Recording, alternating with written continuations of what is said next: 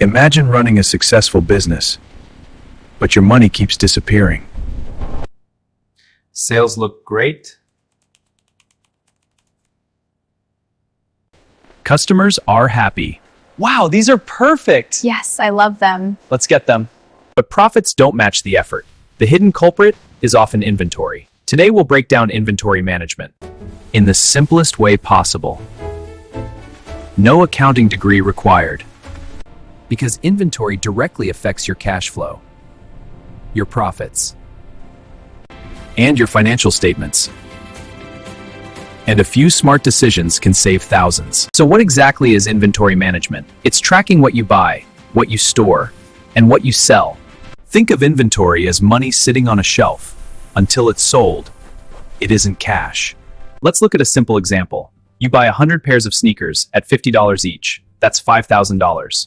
Locked into inventory. And those sneakers sit for 6 months. That money can't be used anywhere else. Not for marketing, not for payroll, and not for new products.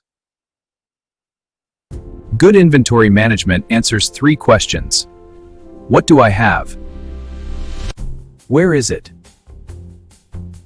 And when should I reorder?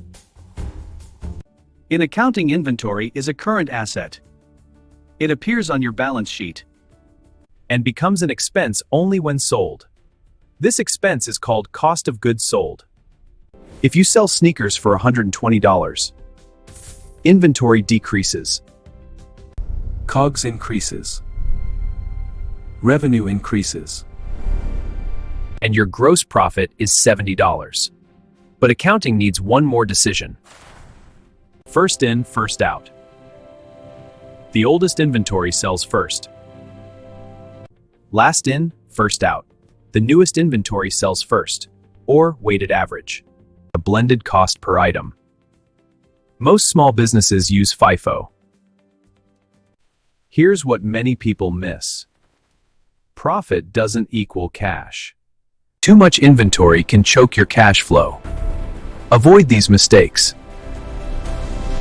Overstocking. Understocking. And ignoring shrinkage. Regular inventory counts prevent expensive surprises. When you master inventory, you turn products on shelves into money in the bank.